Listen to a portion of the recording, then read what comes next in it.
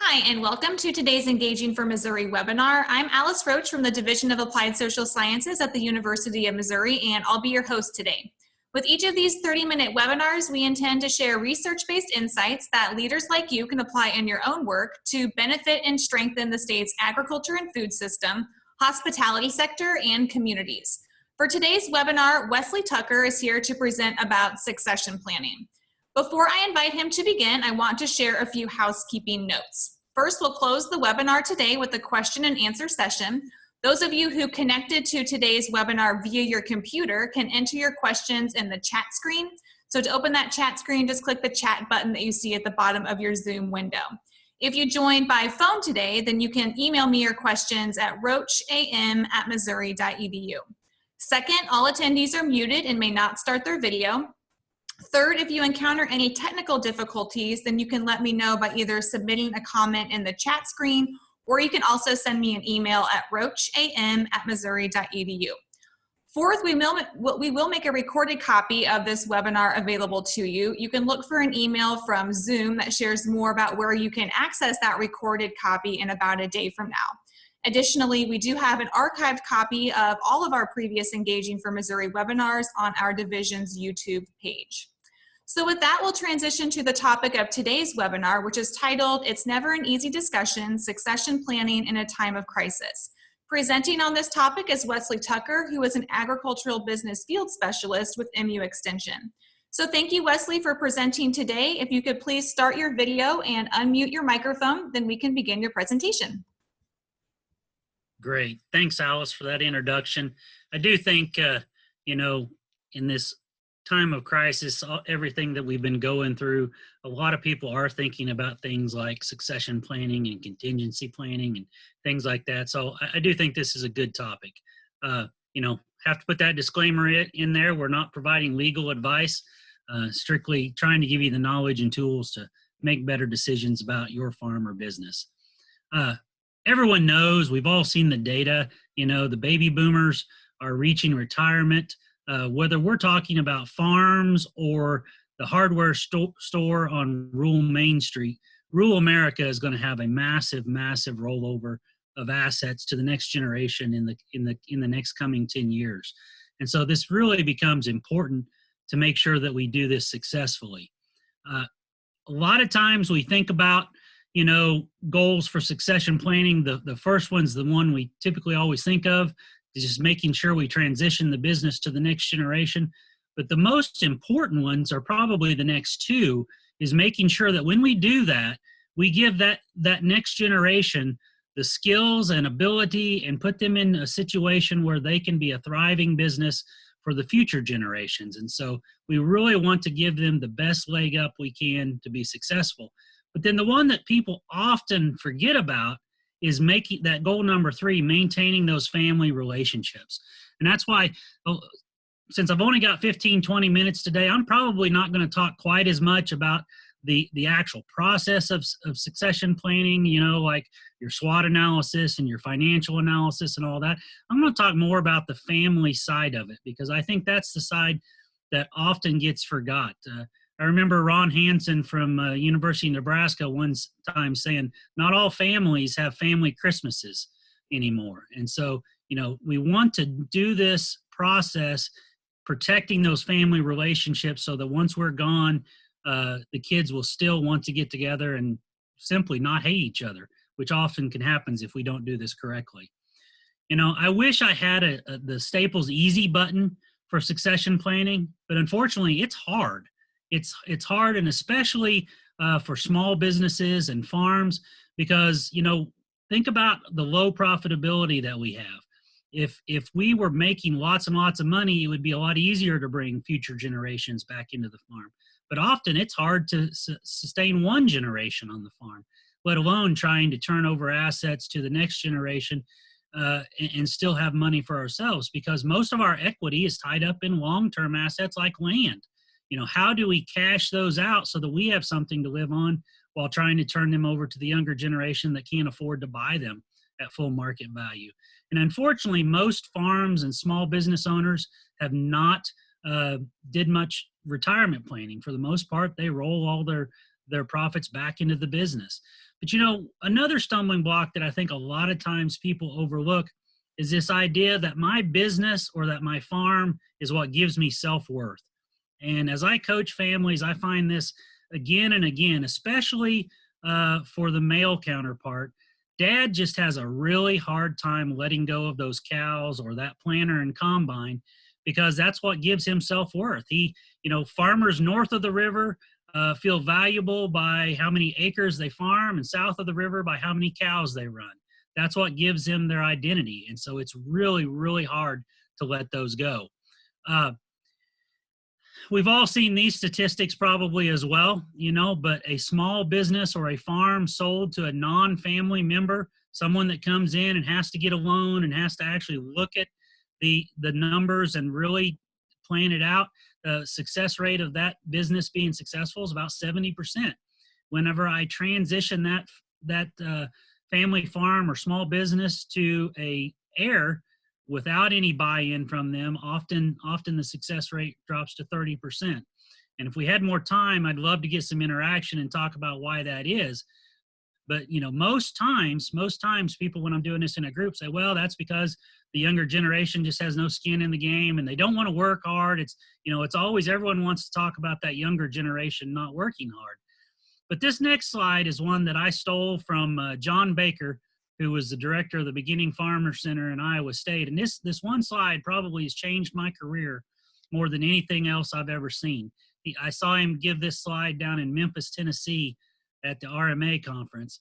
And the reality is, if someone's goal is simply the continuation of the land, if I just want to pass the land to my kids, that's a simple process. All I need is an estate plan. A lawyer can do that for me in 30 minutes with a trust, or heck, I can go online and print off a beneficiary deed. All I need is an estate plan to pass it to my heirs. But if my goal is not just passing the assets, if my goal is actually seeing that business continue beyond me, then I've got to think about a succession plan. And that's where we start seeing the difference between a succession plan and an estate plan. We need them both, but they are very, very different animals. I have to think about, what am I going to do with all this stuff that I have? How am I going to transition it over to the younger generation and allow them to take over, but while also having something that I can live on and retire on? And how do I select that business successor? How do I identify which one of my kids is going to take over? And especially, what if I have more than one child and only one wants to come back to the farm? I will tell you, if you want to simplify your succession plan and your estate plan, make this very simple. Make sure you only have one child. Make sure that one and done. Once you've had one kid, anyone that's had more than one child, you complicate this process a little bit. But not only do you have to pick that business successor, but you do still need an estate plan as well, because especially if not all the kids are going to come back and take over the farm. So thinking about the difference between a succession plan and an estate plan are really, really critical. You need both, but they're very, very different animals.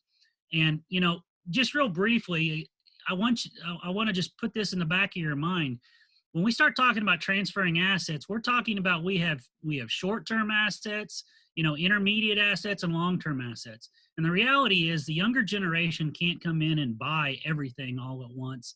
And we're not going to give them everything all at once. We're going to look at each one of those categories of assets, and we're going to treat them differently. Sometimes we're going to use leases for things. Sometimes we're going to allow the younger generation to buy some of the cows or some of the machinery a little bit over time. But we're going to look at each of these differently, and this will become more and more important as we start looking about, what if only one's going to come back and others aren't. So, there's always been this talk about sweat equity. What is sweat equity worth? Well, this is a common example that's thrown out there. In 1990, Dad gets hurt in a farming accident and asks Roger to quit his job, his successful job, and come home, help run the farm. Roger has one brother and one sister. In 1990, the farm's worth $300,000. 25 years later, Roger stuck around and Mom and Dad are now gone. The farm is now worth $1.2 million. How should that farm be split then? And boy, you can really get some heated discussion going in a group when you start talking about this, and I will tell you, and I'm going to stress this on the next slide. There is no one size fits all. Does it make a difference if Roger was given a house to live into, bought a new farm truck every couple of years to use, or even maybe used mom and dad's equipment to farm another 1,000 acres of ground he leased on his own? The reality in this is compensation should equal contribution. I think this is the key guiding principle that we have to think about when we're deciding how to split the farm up and what sweat equity is worth. Because I have worked with enough families and coached enough families to know, as I said, there is no one size fit all. I've seen families say, well, there's not enough farm profits this year. We can't pay you enough this year, what you really are worth, but we'll make it up to you someday. What does that mean? Well, if it's not putting in writing, it probably means nothing. But I've also seen the other side of the coin. I've seen some of the on-farm heirs get the attitude that I'm entitled to it, and they actually end up taking advantage of mom and dad and pushing out their siblings. And so the key concept really needs to be, for that on-farm heir versus the ones that aren't there, is, are they being compensated for what they're contributing? All right. And this next slide here, this was something that John Baker put in his book. He was over in the UK interviewing some farms over there to see if there was much difference between countries elsewhere versus here. And he happened to be on a dairy farm where the dairy farmer was one of 3 boys that his dad had. And ironically, this dairy farmer also had 3 sons. So he was the only son that came back to the farm of his dad.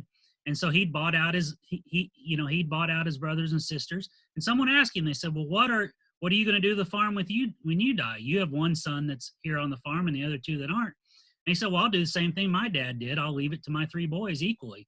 And someone turned and asked the son, they said, how do you feel about that?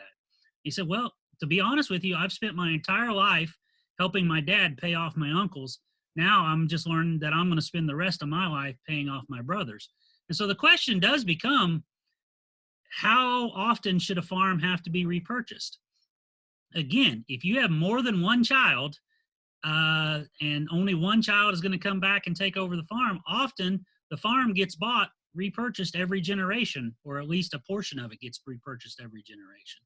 And so we just have to realize that does, if our equity is going to build throughout our life, and then when we die, the next generation is going to have to go in debt and buy the farm at full market value again. We just have to realize that does put an issue for the next generation trying to be successful. And again, there is no one size fits all on this. I've seen every scenario under the book, but that's why I just really go back to that. The compensation should equal what someone's bringing to the business. But I will say, everyone's heard of the golden rule, right? Do unto others as you'd have done unto you. Does anyone know what the estate planning golden rule? Well, the estate planning golden rule is, he who has the gold makes the rules. Okay. So the reality is, you decide what you do with your stuff. And I'm a firm believer that we owe our kids one thing and one thing only, and that's to help them grow up to be productive adults. We don't necessarily owe them anything beyond that. I always say, my dad was a great example of that. Lived a farmer's life of being very, very cash poor, but asset rich. Not long before my dad died, mom and dad were planning their dream life vacation that they were going to take. And then suddenly a piece of farm machinery broke down. Well, again, in farming, we don't have a lot of cash laying around. They decided to postpone their vacation so that they could replace this piece of farm machinery. Within a year, my dad had kidney cancer, and within another year, he was gone.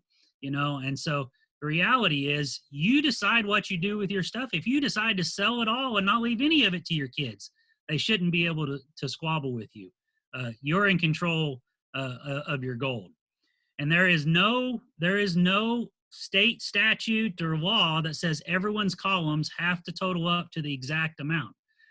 You and your spouse get to plan this out. And sometimes that's the hardest part, is mom and dad getting on the same page for what they want to do with the farm. But there are tools that we can use to try to treat business and non-business heirs equitably without putting the farm heir out of business. We don't have a lot of time to go into a lot of these, but things like life insurance can be the great equalizer, whether that's, the parent buying life insurance on themselves, or whether that's even the on-farm heir buying life insurance on their parents. That may sound morbid, but if I am going to know that I'm going to have to come up with 2/3 or 3/4 the farm's market value the day after the funeral, I may want to buy life insurance on my parents if they're insurable. You might want to tell them that you're doing that, but it can be a way to do that. These next ones, the buy-sell agreements and first option to buy, the reason those are so important, and that's where I make an agreement with the on-farm heir about what the purchase price is going to be and things like that, and how I want them to be able to buy out their brothers and sisters, or just if the brothers or sisters are going to want to sell, what do they have to do? Do they have to give the option to me first, and at what price? The reason those are so important is going back to that goal number 2 and number 3, is so that I can make sure that this business has a chance to be successful, but also so that I can maintain those family relationships. Every morning when I walk out my door, I look across the road at a 150-acre farm that was a century farm, had been in the family for generations. The mom did what she thought was right. She went up, she drew up a trust to leave the farm to her 5 children. All right. The only problem is she didn't go this one step further and say, if someone wants to sell, then how does that process come about? What's the value? How's the value put on it? How do we work through that? Of the 5 kids, 2 were local and wanted to keep the farm. 3 were not and wanted the cash. They could not come to an agreement on price. So guess what? Someone else comes in, makes an offer, and the 3 outvote the 2, and the farm is now owned by someone else. Taking that next step in our estate and succession planning to stipulate, this is how I want a sale to happen if someone wants to sell, is a huge step in making sure that those family relations will be continued beyond our death. All right. Thinking about separating the real estate from the operating entity becomes really, really important. Back in January at the Legacy Summit, Dick Whitman of Whitman Consulting showed this slide, and I just really, really liked it because he made the statement that, some of our kids are going to be on the management labor train, and some of the kids are just going to be on the ownership train. Not all of them have to be on both the same trains, but it becomes important for us as the parents to figure out what that linkage is between the two and how we want to make sure that that flows. And if we will take the time before we die, set up that linkage and communicate that to our kids, we have a much better chance of them being successful after we're gone. Again, compensation has to equal contribution. That's the whole key to this, all right? How do we identify and develop our successors? If I was going to hire someone to run the co-op downtown, then, I would want someone with 3 to 5 years of experience, someone that went out and got education somewhere else. Why do we think that just turning the checkbook over to someone the day after the funeral makes them a farmer? We need to think about developing them as our next successor. And, the succession plan involves testing, commitment, establishment, and then our complete withdrawal. And it is a process. I don't have time to go into each of those, but it is a process where we turn a little bit over to them over time, and then we slowly back out of the way. And that doesn't mean we have to wither into the night, but maybe we take on more of the role of a board chairman than the managing operator. But the whole point is we want to try to turn it over to our kids while we're still here able to mentor them. How can we mentor them if everything's turned over the day after the funeral? One of my colleagues tells the story of a farmer that was bragging to him about how his 2 kids were going to follow in his legacy. One was 40 and one was 37. They were going to continue his farming legacy. Unfortunately, that farmer died of a heart attack. 30 days later, the eldest son committed suicide, and he left a note and said, every morning, Dad called us in and told us exactly what we were supposed to do today. I've never had to make a decision in my life. I cannot take the pressure. So how good really was that farmer's legacy? He did not do the important step of training his kids how to make management decisions. And essentially, he kept all the management decisions to himself, and his legacy ended with him. So how do we do this? Well, again, as I've said, we turn it over a little bit at a time. This is a transition process that's going to take multiple years. Succession planning actually starts when you start giving your kids chores whenever they're little. And if you start training them young and actually encourage them to take on more responsibility and not just using them as slave labor, this will go much, much better. I do want to warn you just real quick. There's going to be a clash of two systems.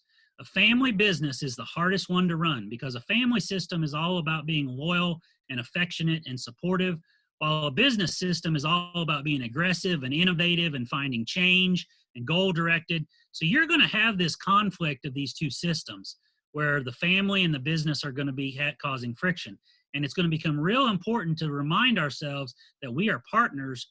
We are no longer father and son or father and daughter, to think of that and to make sure that we don't slip back into those parent and child or sibling roles, that we treat each other as business partners. Again, a family business is the hardest one in the world to run.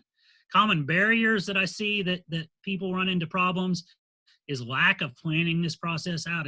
Again, we need a written out plan of how this is going to happen over the next 4 to 5 years and how I'm going to transition the managerial responsibilities over to the next generation. The communication issues are so important. And the biggest problem is a lot of times people just don't communicate. They don't communicate with the in-laws, and whether you like it or not, they are a part of this. They don't communicate with the heirs that aren't on the farm. And let me tell you, it goes a lot easier for the heir that is coming back to the farm if you communicate with everybody and stipulate what your wishes are. Ask them if they have any desires of coming back. The more communication you can do, the better. And even between spouses and generations becomes really, really important. How do we manage risk in this? Well, we turn over control gradually. Again, we have a clear plan in place, and we address those power and control issues as they come up. We've already talked about fair compensation and protecting those minority owners, but we also have to anticipate disruptions, things like death, disability, divorce. And a lot of times everyone wants to worry about the divorce of the successor, but probably the biggest risk is what happens after mom dies, and the grieving period for a male widow, I think, is about 2 weeks, because unfortunately, we men can't take care of ourselves. We can't cook and clean for ourselves. So most men remarry within about 365 days. So think about what the risk to the succession plan is there if dad or mom suddenly take on a new spouse.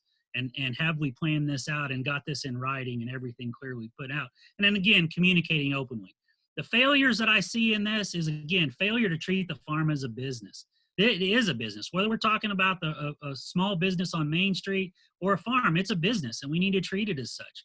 Failure for the owner to retire. One of my colleagues told the story here recently about a land sale where 2 farmers were fighting over the land. One was 84 and one was 92. Why is that?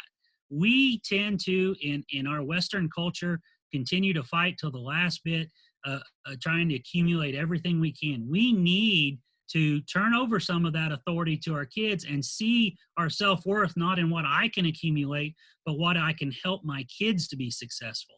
That also gives me value. And again, just failure to think about the estate plan and the succession plan, how they go together, and failure to adequately compensate one another. I've tried to run through a lot of stuff really, really fast, but I know we want to leave time for questions. Thank you, Wesley. That was excellent. If you do have questions, please be sure to enter them into that chat screen, or also you can send me an email at roacham@missouri.edu.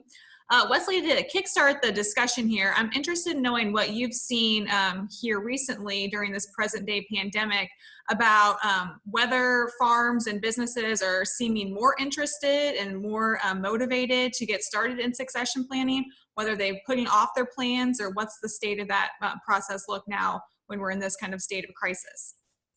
Well, I do think one of the things that it's happening is this whole crisis is happening right at planting time and right at springtime for livestock. And so a lot of farmers right now are just trying to get about the daily work of getting the crop in the ground and cattle worked and things like that. So unfortunately, they're not spending a lot of time inside working on this. But I do think the idea of what happens if the older generation suddenly gets sick and is on a ventilator for 2 to 3 weeks is starting to make people realize that we do need to think about this process, and we need to think about contingency planning and succession planning of how we make our farm more resilient. I think there is a common theme of people starting to think about that.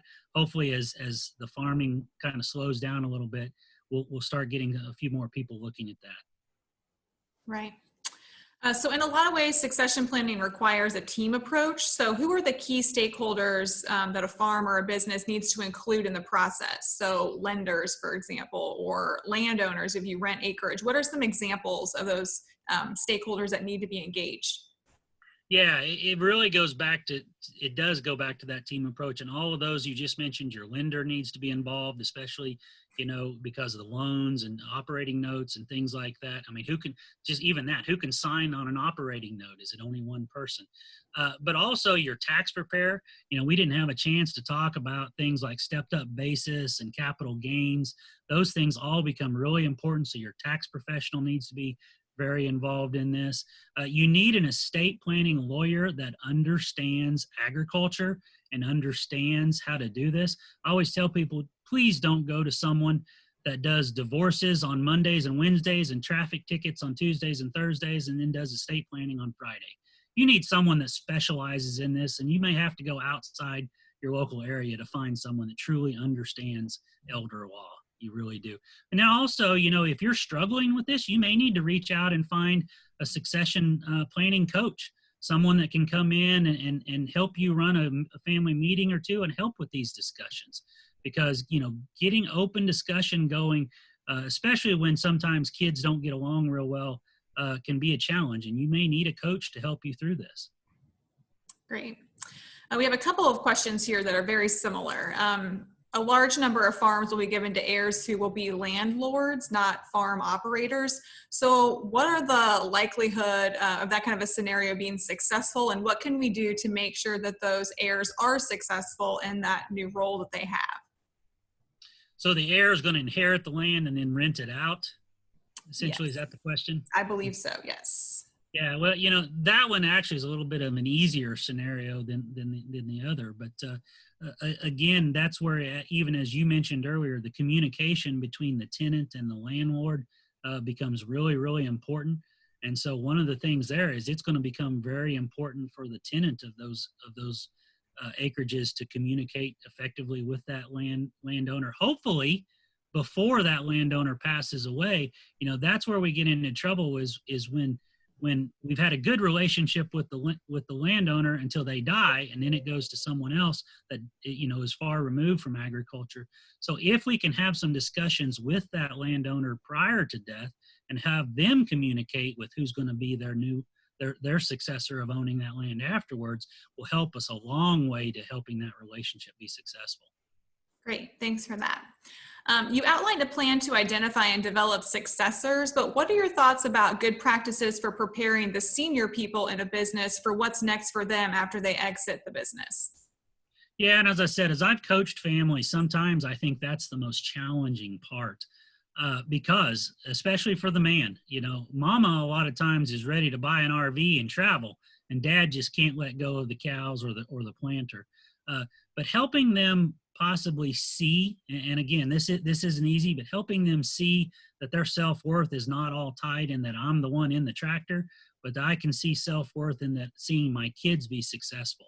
And I've seen the entire gamut of that. I've seen some people that actually won't turn anything at all over to their kids because they want it to be theirs. They don't want it to be their kids. But if we can begin to see our kids as they're successful, that means we are successful, that we've done a good job of preparing them and helping them become the next generation, I think goes a long way. We also need to help them think about what other things do I enjoy? It's not just farming that I can do and be valuable. Do I want to be more involved in charitable organizations and things like that? There's lots of things where we can do, but it is hard. It is very hard, especially for the male generation, to move on to that second mountain, so to speak. Great. And then I think we have time for one last question. Should, and if so, then how often should farms revisit their plans for succession and make adjustments? Well, that's one of the things when we talked about doing this over time and how do you manage the risk. You do it gradually and you constantly reevaluate, anticipating those disruptions. So, sitting down, I'm a firm believer that families need to have family business meetings on a regular basis.